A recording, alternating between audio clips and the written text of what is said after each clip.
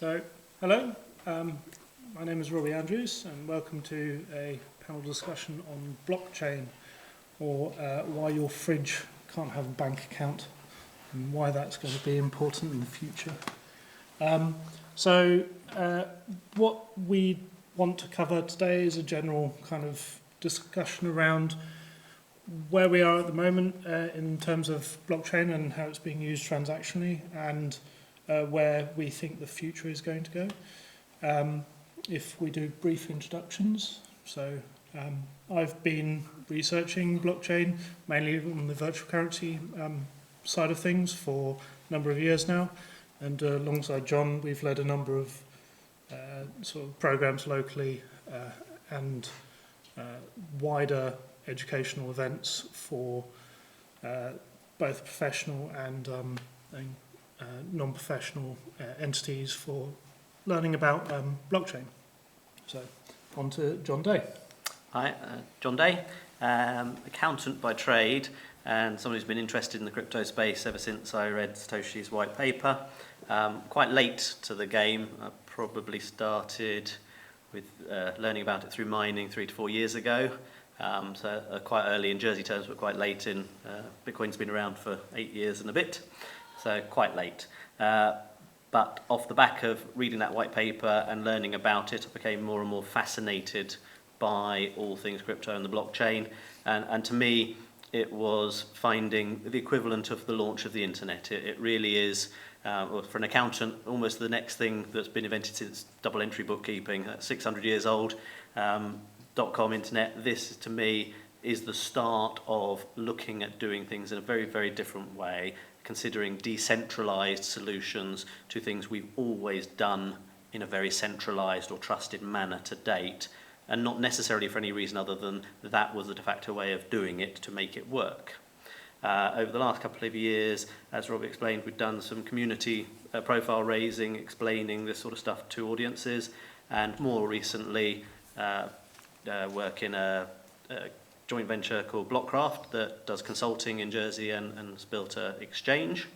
And more lately, worked with the Virtual Currency Steering Group and Digital Jersey's Blockchain Proposition Development Group, which is gathering finance industry body and tech bodies together to look at what we can do in Jersey in this space. And to that end, over the last year or two, we have finally, in the last couple of months, launched the JFSE and the government have launched the legislation that allows, in a very sort of proactive but safe way, Jersey to work in the blockchain space, in as much as it is lightly regulated in line with financial service existing AML regulations. So that has taken 2 years to get to, but we literally in the last couple of months have got to that point. So now it's about raising that profile in the financial services industry and working with the tech suppliers to start working out proof concepts and opportunities for Jersey using blockchain. I'm Geneviève, and I come from a financial background also, but where I came even later into the game of blockchain, but where I came from was from a digital identity standpoint. And when I started looking at the blockchain with the Bitcoin, I said, well, to me, that is nothing else but a token. And I absolutely believe that it is going to become the fabric of our lives, the same way the internet is. But we don't really think about the internet as a fabric of our lives. And that's what the blockchain is going to do, is allow us, as we live in a very disparative, very big world, be able to actually trust the information that we're receiving and know that it cannot be tampered with. And that's what the Bitcoin blockchain has shown. People are always attacking it, but we can definitely prove that there hasn't been a change to it. At the beginning there was, and I think that's the same thing with Ethereum. It was a great thing that the DAO failed when it did, because now they're going to come back and it's going to be resilient. So what I'm doing is I'm actually looking to take this very complex architecture and simplify it to provide evidence and trust for individuals, which are small farmers of the world, to be able to prove what their credit history is, what their income is, to then allow them to be part of the financial inclusion. So we touched on a couple of points there, but I think just to kick things off, why do you think the blockchain is revolutionary? Is it? And if so, what does it do that hasn't been able to do before? I know it's a fairly wide Okay, go on. torch, Well, but I think it carries on from what I started saying. To me, okay, I'm an accountant by trade, and I sort of think in logical terms. But I think I travelled the world and came back to Jersey sort of 10, 12 years ago and saw a Jersey that hadn't changed a lot. And as we entered into sort of 2008 and the financial crisis, I look at Jersey and think we haven't really planned our diversification strategy out of financial services or into next generation financial services. We're waiting for it to be done to us or for us. And I think my gut feeling when I saw this was it was a tool that we could start grabbing hold of and working out how we can make it work for us as a technology enabler in financial services, whether that's sort of KYC and ID or any of the type of financial services we do, and you can go into the details. But it's that idea of a decentralized solution was exactly as Geneviève said. To me, the internet, when it was launched, we didn't know what it could become. I don't think if anyone sort of at the point of launch of the internet said, shall we regulate it? Shall we say, oh, it could be used for bad, we better not allow it to happen? You wouldn't have voice over IP, you wouldn't have Google, you wouldn't have any of the stuff you've got in your pocket on your phone now if they'd put the brakes on the internet and said, no, you can't do it because it could be used wrongly. The world's moved on, is much more cautious, and the approach around crypto and blockchain was, oh, it's scary, it could be used for evil, or it could be anonymous. I didn't see it like that. I read it purely in an academic and business sense of someone, or Satoshi's paper, came up with a solution that said for the first time ever we can use electronic money and electronic financial services in a totally decentralized way. Up till today, up till sort of when this came out, there was no way you could do banking, accounting, law, notary services, anything to do with government, without having a trusted central body. And that's our whole structure is built around, as long as there's someone big enough and trustworthy enough, we can use this solution. So cash works in a very much, the paper in your pocket works in a peer-to-peer way. I can pass you a fiver, you can pass it back to me. I don't need a notary checking it happened. I don't need to put it via the bank. The paper just happens person to person. And even though it's business to business. When we move that into the electronic world of banking, we've all gone electronic, but we seem to have missed the picture that it's a very poor imitation of the manual process we had or the paper process we had. So if I'm a business A and you're business B, and we buy something or buy and sell something to each other, I have to do double entry bookkeeping, you have to do double entry bookkeeping. The bank for each of us takes a copy of it and says it happened. Then the auditor for business A and the auditor for business B then come along and check it happened. You're already in that simple one transaction model. You've got 6 businesses keeping separate 600-year-old copies of it, and it has to be audited or vetted or use trusted third parties that you pay for the privilege of all these layers to allow it to happen. Because if there was one rogue actor in any one of those bits, it all fails. The blockchain came up with mostly existing technology. The cryptography existed, the distribution and the peer-to-peer existed, but the idea of a proof of work consensus to allow hundreds of different people to have a copy of a full copy of all transactions for free, to allow everyone to be able to trust everyone without having any one party that needed to be audited or monitored or centralised, it is game changing. We just haven't yet worked out how best to use it rather than being scared of it. And that's where I come in that I'm trying to really look at basic applications. And I'm glad to say I'm not the only one looking at that. But one of the things that I always look at, mobile. In the 80s, if somebody said to you, I'm going to call you, where can I call you? You would say, call me at the office, call me at home, and give those numbers. and look for a place. Nowadays, we give our mobile numbers. When I look at it, mobile and even mobile money was much more prevalent in developing countries because they didn't have the infrastructure. So I'm going with that same premise, and we, with the example John just gave, it is very obvious that there is so much synergies and saving from an operational standpoint. So by implementing this in an environment where there are some papers, or many a time there is nothing, I am not creating a new burden on the society, but it will also give us an opportunity to actually understand clearly what are the changes that we need to do. And also the other big thing that I think my concern is around the legislations. Because we're now going to be relying on an electronic form for evidencing something when the laws may not be in place. So by going to a developing country, I do know that the regulatory forces will not be against me. Yep. But I think that there are a lot of lessons learned that we will need to do to be able to make sure that when this becomes more prevalent, how do we ensure people? Yeah. You make a very good point. I think the developing world, the M-Pesas sort of thing that you hear about, tell you a very interesting story. That's really where you get sort of necessity being the mother of all invention. They had no infrastructure, they had no banking, they had none of the solutions we take for granted and needed it. So you see the technology leapfrogging about 3 generations. They didn't put the landlines in and then the internet in and then the banking in. They went, well, I've got a mobile, I'll invent a solution using that. And that's in effect Jersey's biggest problem. We're very successful and very good.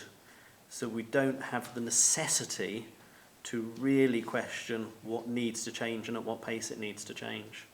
And yet there's all these opportunities that could step change what we do. So Okay, so do you think that the use of a blockchain is always going to be tied to transaction of value or store of value? I know that you probably both differ on this. So.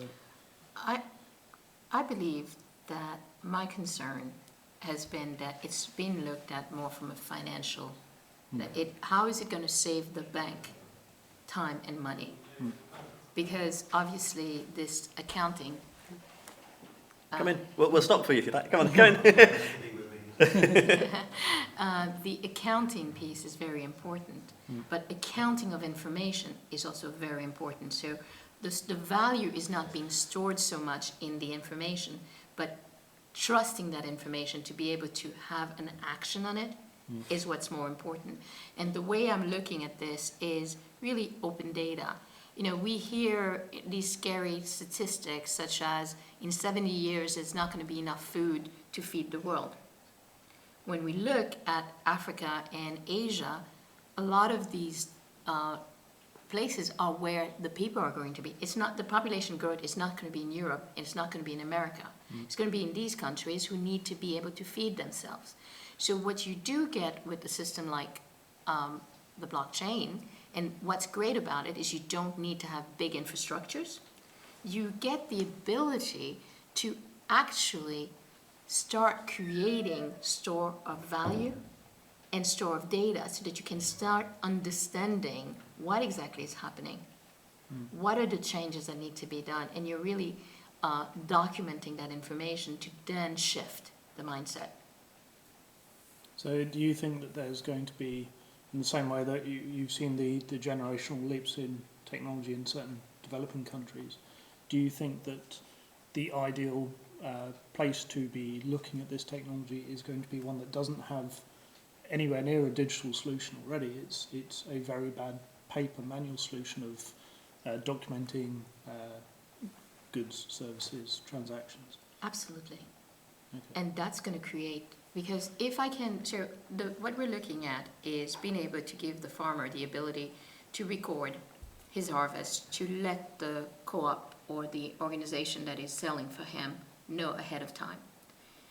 Then you can then start having the next chain in the process as to getting it faster, because what we have observed is that it gets to the co-op. It's like if I came and dropped something in front of you for you to sell today versus I told you 2 weeks ago, you're you're going to find a buyer much more easily, which means you're passing things much faster, and you start also knowing what your buyers want to then let me know what needs to happen. And because you're doing it in a system where there is very little reconciliation for you to do, your operation cost goes way down. Because the system is going to tell you this is what's been delivered, and then you can start using data. So for me, I see really convergence also. It's going to be big data. It's going to be blockchain. It's going to be, even IoTs in ways. And it's unfortunate that Dominic wasn't here, because one of the things about food is being able to trace where it's going and make, we talk about world hunger, but food security is becoming even bigger. The statistics are about 300,000 people a year in the world die from food poisoning. That's scary. Going back to your previous question about is it transactions or something else? I think the reason that I brought that up is because there's been a lot of conversation around what exactly is a blockchain. Yeah. Does it have to be decentralized? Does it have to use certain protocols behind it? Does it have to have a reward for people maintaining the blockchain? And traditionally, the argument has always been it's easiest for the reward to be a monetary one, because then you can decentralize. Yeah.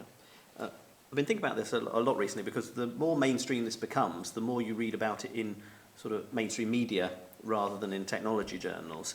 And I think that's a bit dangerous, because as people are coming to this and starting, you start having a conversation with parents and friends, you go, oh yeah, I've read about that in the Mail or whatever, and you go, I know about it. Well, it's quite biased journalism. It's very populist, and I think I'm a bit of a purist.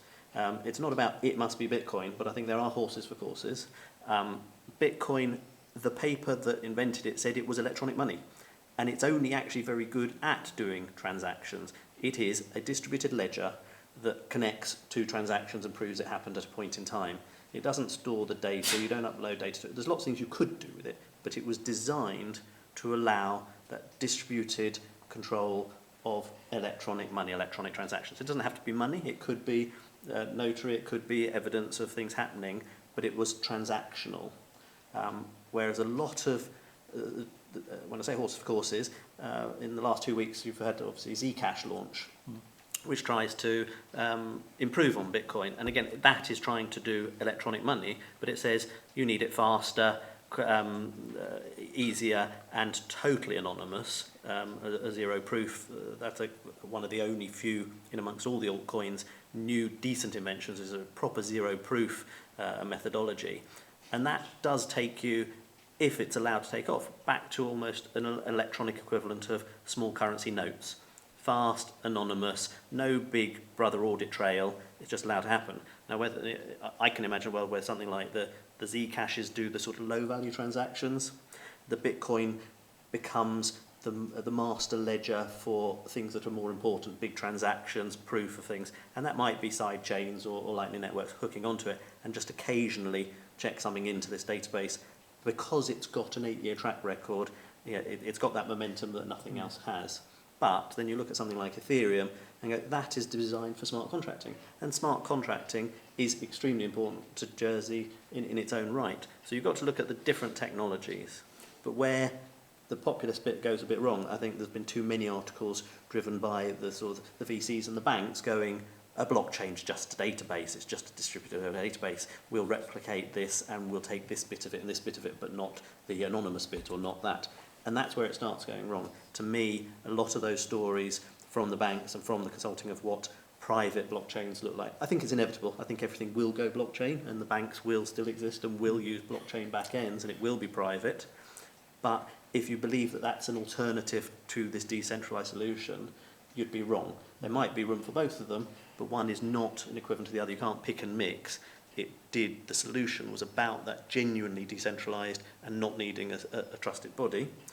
All the solutions I hear from the banks and the ideas and the consultants are actually mostly, if I mention blockchain, I can get some funding and do some process re-engineering for you.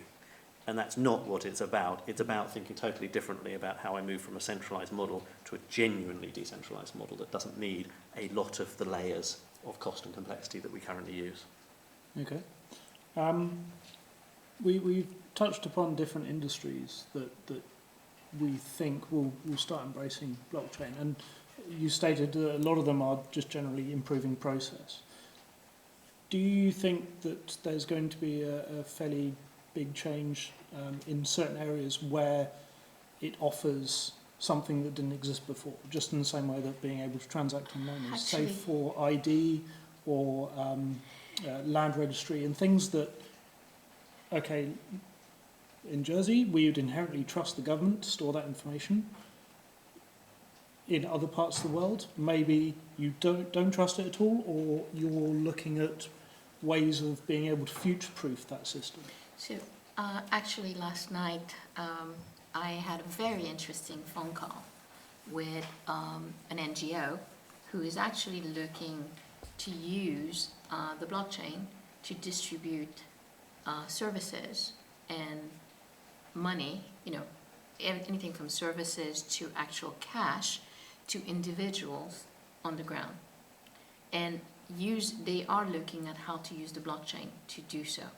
And it is very efficient because for them, what they have done previously, and then also they're checking, because it allows you to quickly check if the person is entitled, and then rewarding the people who are doing the distribution for them. And this is something that on a global basis is very difficult to do when you're trying to do it at the local level. Here we could do it very easily. We have everybody is on the island, can't get away. There you need to be, when you're responding to emergency situation, you need to have a certain level of trust, but also you need to make sure that it's getting to the right people.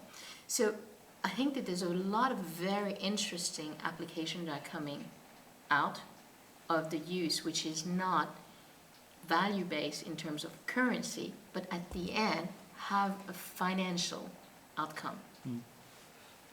And so we are going to see a lot of that. In the same way, I recall in the 90s, I was living in California and somebody I met said, oh, I'm creating a website to actually have a walk your dog solution. And a lot of people were laughing at that. It didn't take anywhere. But if you think of Uber, it is the walk your dog, but it's just walking us. So I think that it's going to be very important that people are looking at ways which is just not the bank of how to use and actually move it from there. Well, there's been a conversation in the last year or so, I know Dave Birch has been pushing it, that the bank of the future will be securing your identity Data and identity. it's rather than your money in any way, shape or 2.5 form. years ago, that's what I actually met a lot of people around that, because I think that should be what the banks are doing next. Yeah. They should be looking at managing and monitoring my identity to reduce my liability to attacks. And for that, I will reward them. I don't need them anymore to be moving the money for me, because you have enough P2P or things like the Bitcoin that you can use, but my identity can be tampered with. Okay. I think that, I was going to say, there's lots of things we can go off to, but the step changes for me, or the opportunity step change, a lot of things are just efficiencies or reduced cost. But the two areas that sort of jump out for me is, this is almost a momentary point in time where we can swing one of two ways on privacy. And the way the Ubers and the Googles, the Apples of this world are, we are getting an easier and easier life where we share everything, but we are choosing from youngsters upwards to give away 100% of our privacy in exchange for the shiny, for the tool, for the efficiency. So, whether it's contactless or electronic money, it doesn't matter what it is, you actually give everything up. Total audit trail of your GPS and your transactions and your history and your life kept forever in exchange for not having to pay a few quid for your banking, for example. What the crypto blockchain released into the market in this last half dozen years is an opportunity to do most of those achievements and have control of privacy. The Zcash is a perfect example. To allow someone to have an audit trail that a transaction happened at a point in time, but not keep an audit trail of either party or the amount, is a very clever solution. And yet everyone else in the market go, actually, it's free because they're data mining you. And I don't think it's fine if you're in the States or here in Jersey, but there's a lot of parts of the world, and we're now living in a decade into a very uncertain Trump and sort of Brexit type world where we don't know who's going to go bankrupt and sell their data to who in a few years, and you can't switch it off or take it back. Sure. So solutions that allow us to release and control our own privacy and data is a great opportunity that we should be embracing. And that's how I'm starting the premise of it all. The idea is, because I think that we have created our own monsters in giving up our data. So the premise so there are about 500 million people who are in farming in the developing world.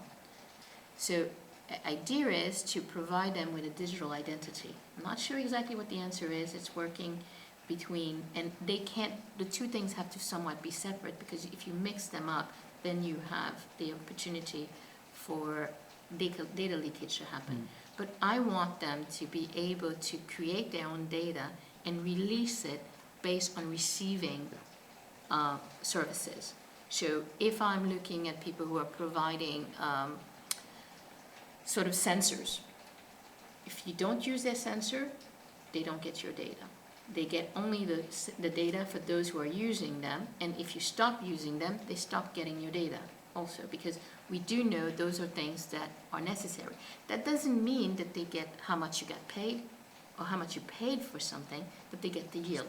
And it's an exchange of information which has to be fair for everybody on there. And I think that if we can prove that it works out there, then we can take it back. Yeah. Okay. So one last question before we go to Q&A.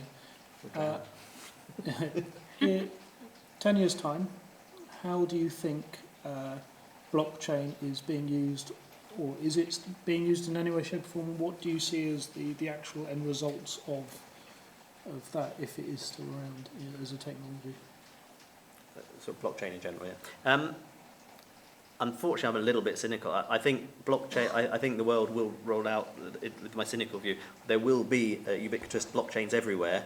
But I have a feeling it will have been sort of sucked into banking and existing models and semi-centralised and trusted custodian models. I think there will be some unique cases that, as I say, in developing world, but if it really does depend on how we as individuals embrace it and how the regulators embrace it. It can either be totally step-changing an opportunity, or we actually allow the easier route of the centralised or the version that sounds nearly as good and has got all the buzzwords but happens to be owned by a centralised body that therefore the regulators are happy with, the government's happy with. I think that's a more likely outcome. I think Bitcoin and currency side of things, I think it is a total gamble. It'll go stratospheric because of supply and demand and rarity and scarcity, or it will be regulated out of existence or black marketed out of existence. I think it's binary. There's no middle gradual ground, I think, over 10 years. Okay. For me, I think that it's going to be a mixture of both. So I'm not as, I think there's always the need for the public and the private. What I'd like to see more of is use of the two, because there's certain things, yes, you do need to keep private, but there are others that need to be in the public realm. So when we start really accepting the technology, you'll see where data is being written onto both realms. So the public one is the one who's probably going to need to be regulated or be satisfying. But the private one will need to also be able to have transparency to demonstrate that there isn't opportunity for tampering. Yeah, and that's a good way forward. I think rather than putting all your eggs in one basket, actually, if, say, Bitcoin blockchain doesn't disappear, it can actually be, in spite of its weaknesses, it could be a great backbone to, as I said, sort of check. So you could have a totally centralised solution or a bespoke solution, but if it checksums into an occasional copy into the master ledger, that might be all we can afford as it's become scarce and difficult. But that way, at least there's independent control that the records aren't fictitious, or that it put out a copy to the public world every now and then. And that's what I am missing seeing in the environment. Everybody's in a rush to create their own solution, be it like Zcash, which is kind of an open solution, but different, or Ethereum. But to me, if we are going to say it is a database, when we run a business, we run certain of our stuff on SAP, Oracle, or PeopleSoft. But they all interrelate to each other when you're looking at the individual, which is working for the organization.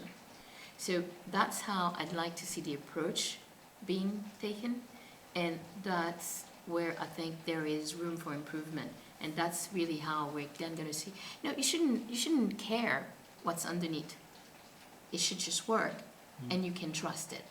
And we don't trust centralized databases at this point. Well, we know they don't work. Even if you look at Tesco or Airtel, there are banks that are trusted with your public money who are failing, and there's Bitcoin who's not actually had a tamper or a problem in 8 years of transactions. I think it's a shame Dominic's not here, but I think the thing that I would be really interested in, hoping is a concept in 10 years' time is we've often talked about micropayments or microtransactions, and it seems to be a big stopping block at the moment for that next wave of technology, and especially around IoT. That you're not going to want to have, your Wi-Fi microwave talking to your bank account to be able to pay for its electricity. No. But if there's a system in place that it does operate in that way, or your car pays for itself as it's driving along the toll road instead of just a set fee, that granularity of the ability to pay very, very small amounts or transact very small amounts of data, I think will be really interesting. And if in 10 years it's got to a point that your average browser is paying for content without you knowing, when you get a bill for 5p at the end of the month, but you've not had to see a single ad in the blogs you're reading, then people are going to probably want that way of thinking rather than ruining the user experience. I think you're spot on. I think that's it's one specific use case, but it is absolutely a perfect one, because there is a need for it today. The IoT devices are blooming in volume exponentially, and at the moment, they're almost, you have the technology, you like the toys, but then you see all the risks and the downsides of them being used for DDoS attacks and so on. They need some kind of control, but you don't want to say the answer is it has to be heavily centralised, and because then there is a big brother looking at all your life right down to your sort of webcams in your fridge and what you eat and so on, and your insurance. So you need some kind of control, and at the moment the centralised solutions aren't an ideal way forward, and the financial services don't have a solution that can work in the micro transactions. Your browser example is perfect. You've seen we funded the whole sort of evolution of web progression and sort of browser progression through advertising, but everyone's got so sick of the intrusion of the advertising that now very significant percentages are blocking, to the point where there's now anti-ad blockers saying, please let us through, otherwise we can't give you the data. Yeah. Actually, if there was a really simple way to just pay fractions of pennies per page for, as you say, an ad-free, trusted environment, you would very happily do it. But we're still in a world where you've got to pay a membership fee, and that's the reason you have to pay £5 or 50p to look at the JEP. Isn't because that's the model they want, it's because that's the only model the financial services can allow to happen cost effectively. Yep. If you had a microtransaction solution that just collects the data and occasionally takes a pound out of you after you've read 100 pages, it would be totally sort of an enjoyable user experience, and I think most people would be happy to do it to avoid the risk of the downsides that's hidden behind all of that malware and the adware.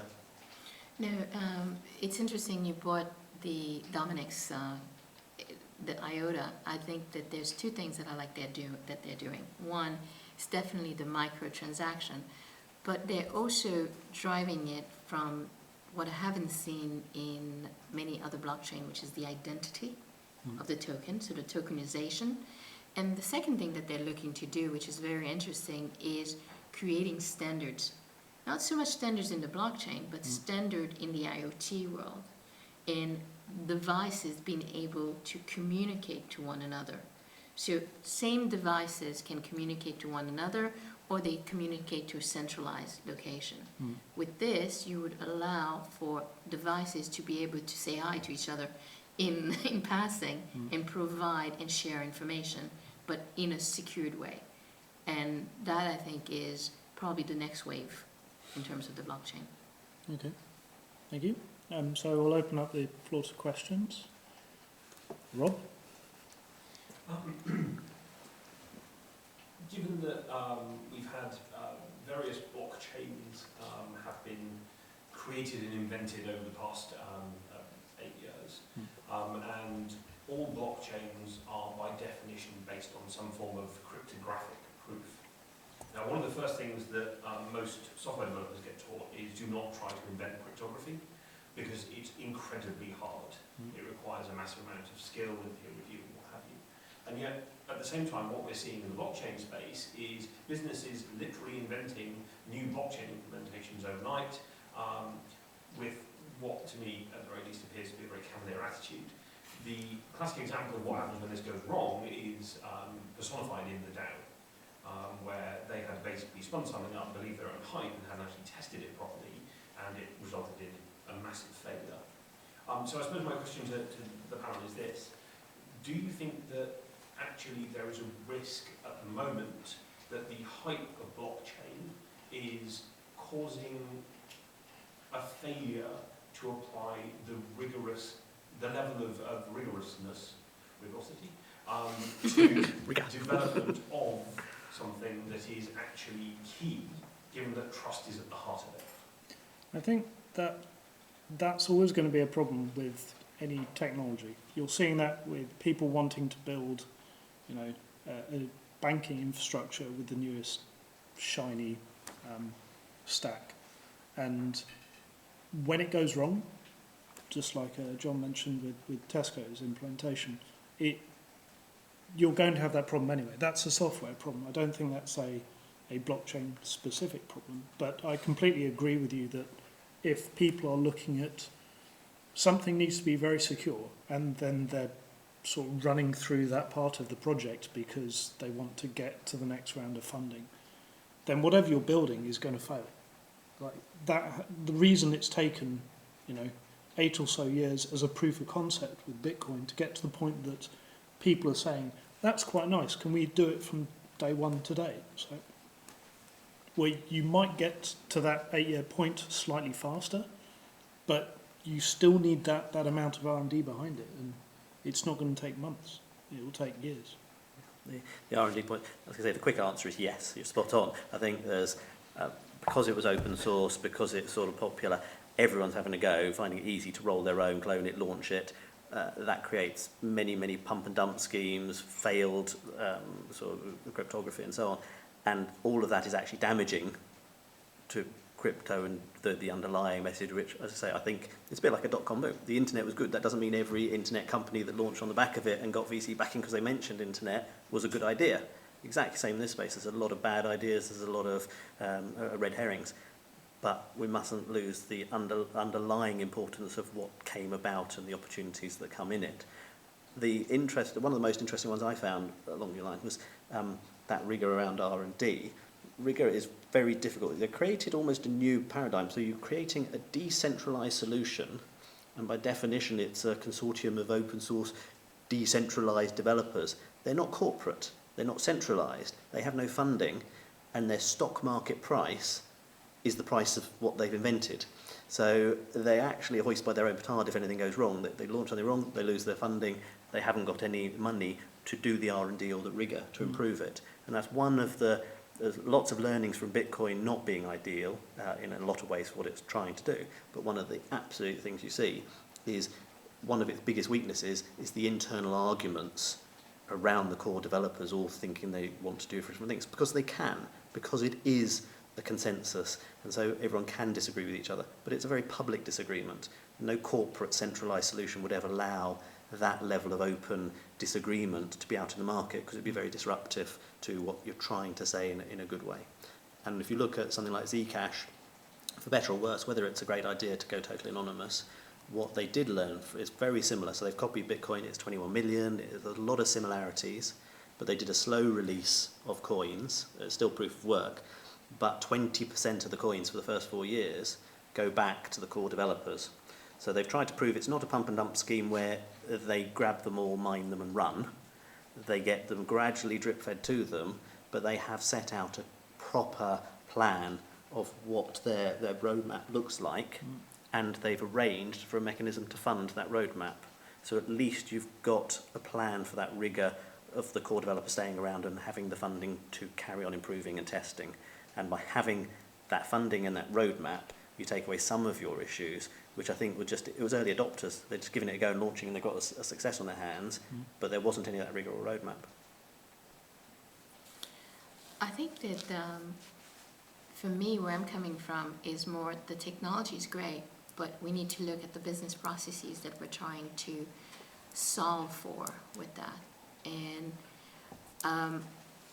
what I see the next wave, so the first wave has been like the Ethereum, the Zcash, these companies coming out. What you will see coming out next are people who are making use of the technology to solve issues. So there's one which is looking, how do you pay for music?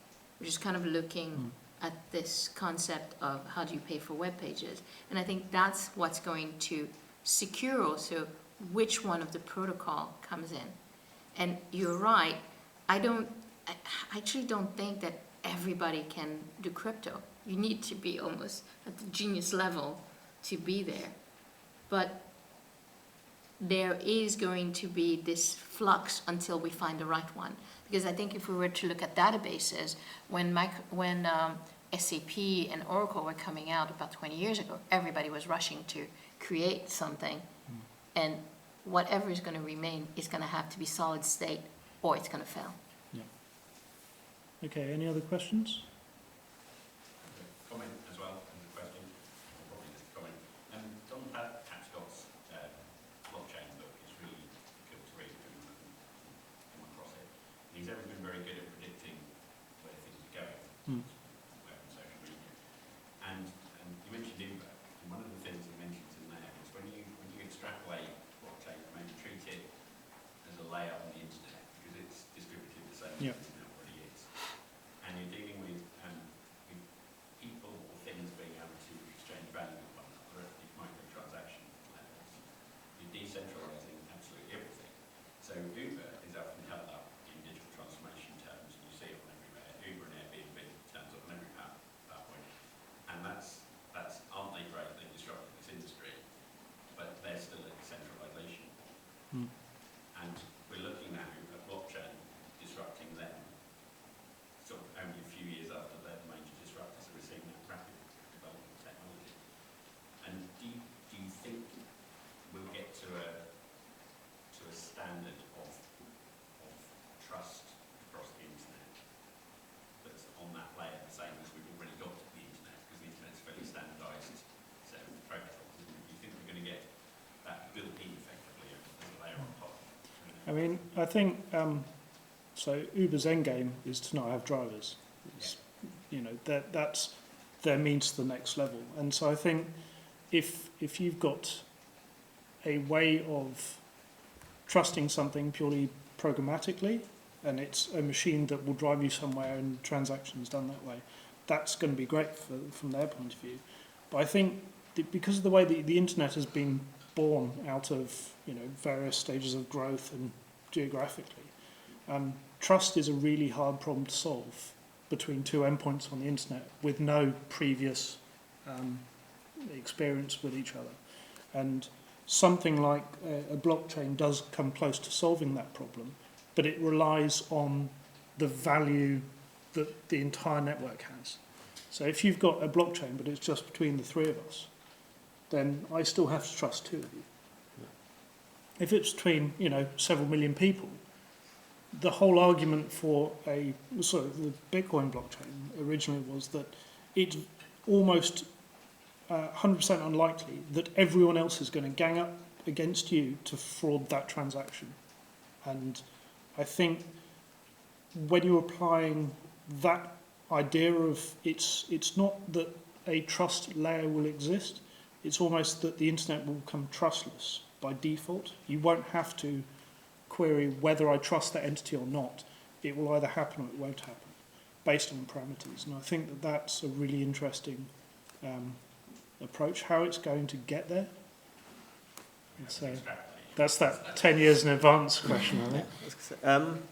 It's a great analogy, and I think it's spot on. So I do think it is that trust transaction notary layer above. So the internet was just a sort of viewing layer. This is the transactional layer akin to the internet, and it is as important as that.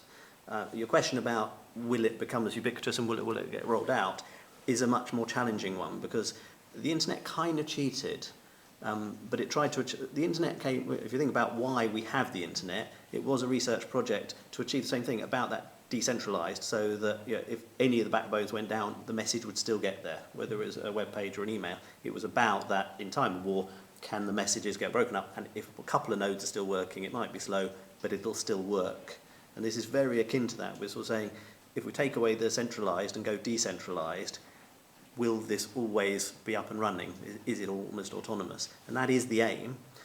But as I said, the internet had that aim, but it had a cheating head start. It had rather a lot of DARPANET funding, and it was actually a couple of big backbones. And even today, it's a handful of DNS servers. So we see it as absolutely global and can't be switched off. And we see evidence of that. Countries cannot be switched off. The messages get out. But that's because of its ultimate scale, not because of actually its original design. There's some very centralised handful of people who, and they're trying, IANA is trying to sort of change the way so they don't let go of control. But it is still, people could switch off the internet ultimately with great difficulty.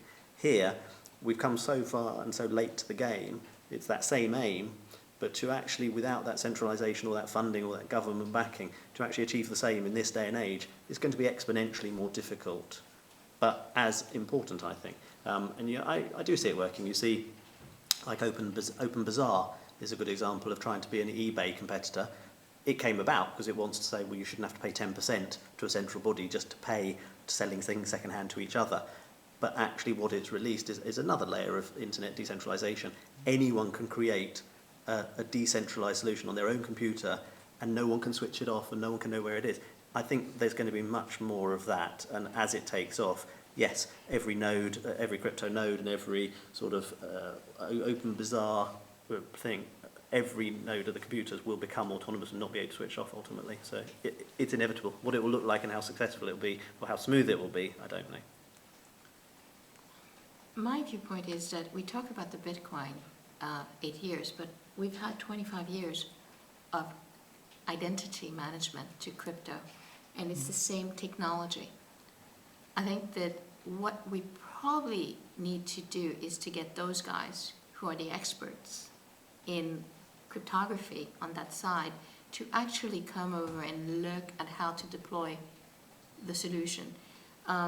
There are, I think there are a few very brilliant people who are building blockchain, but there are a lot of other brilliant people who are sitting behind the identity question. And if we could get all of them together, to me, it's a pity that the changes that are going on in the American government, because, as you said, that would have been a very good place for the funding to happen.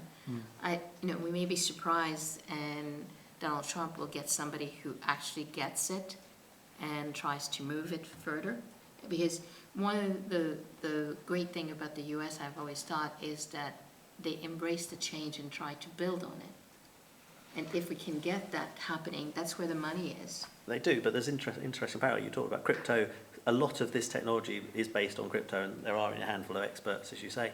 And actually, I think there's a lot of parallels. If you remember, one of the reasons crypto is being used now, but never really went mainstream into our emails and so on, was because the likes of the PGPs and the crypto that was around 20 years ago, it was the US banning the exports of it because it was dangerous and military and could be used against it. And it's that same, we're running that same story. It's the handful of experts designing brilliant solutions to a problem, but they can be used for wrong, and therefore big governments and regulators and central bodies will say that can be used for the wrong purpose, so we'll stifle it. It can't be, and like crypto, it can be printed on a piece of paper and exported to you. They realise it can't be stopped, so they work out a different angle and they work the back doors and so on. And I think the same's happening here. Yeah. They realise it can't be switched off, so it's more of a PR stance against it, or saying, well, that bit's good, but we'll centralise it. Okay. We're running on a bit, so time for one more question if there is one. Hi, just out of interest, if you were addressing any ordinary individual that wasn't particularly interested or engaged with technological development, Yep. how might you convince them very simply that blockchain technology is important to them, or does that really not matter insofar as they're being top-down driven anyway? Personally, because of the work I do around user experience, I think it's always going to be top-down. People don't really care what system they use as long as it works in the way they expect it to. And if you promise benefits and then it provides those, I think that's fine. It's the same way that most people don't know how SMTP works, but they use email on a daily basis. If they see the reason to use something and they understand the risks and rewards around using it, I think you get adoption that way. I think it's a great question. It's a very difficult question to answer, and it is the key problem. I think, exactly as Robbie said, it's very difficult to explain that something's good, but it's still complex. And crypto's biggest problem is it's a great solution with no killer app, easy to understand solution. And until it becomes easy and a killer app type solution, the world won't get why it should be needed. I don't know how to add to that. It's really about the benefits and simplification, really. So agree with Robbie's view that it's going to be a top-down approach, but in order to get people to actually use it, you have to give them what's in it for me kind of thing. So if you can define the what's in it for them, then they will adopt. And I think there is a lot in terms of savings, and that's at the end of the day, really. Savings efficiency. The one that's personally most important to me is privacy, but that's a difficult message because people don't. A lot of people, especially younger generation, don't seem to really care at this point in time about giving up their privacy. I think that will change over time as it starts to be used against them, or in a way you can't get insurance or something changes. What's in it for me is a really important point, because in Jersey it's very easy for us to get PayPal accounts, bank accounts.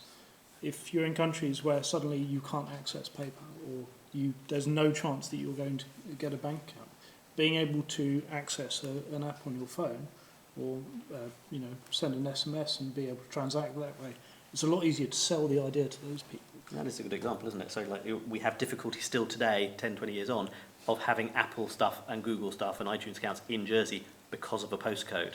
Because we're not important enough for a centralised body to make that change. We're not important, and it doesn't get there.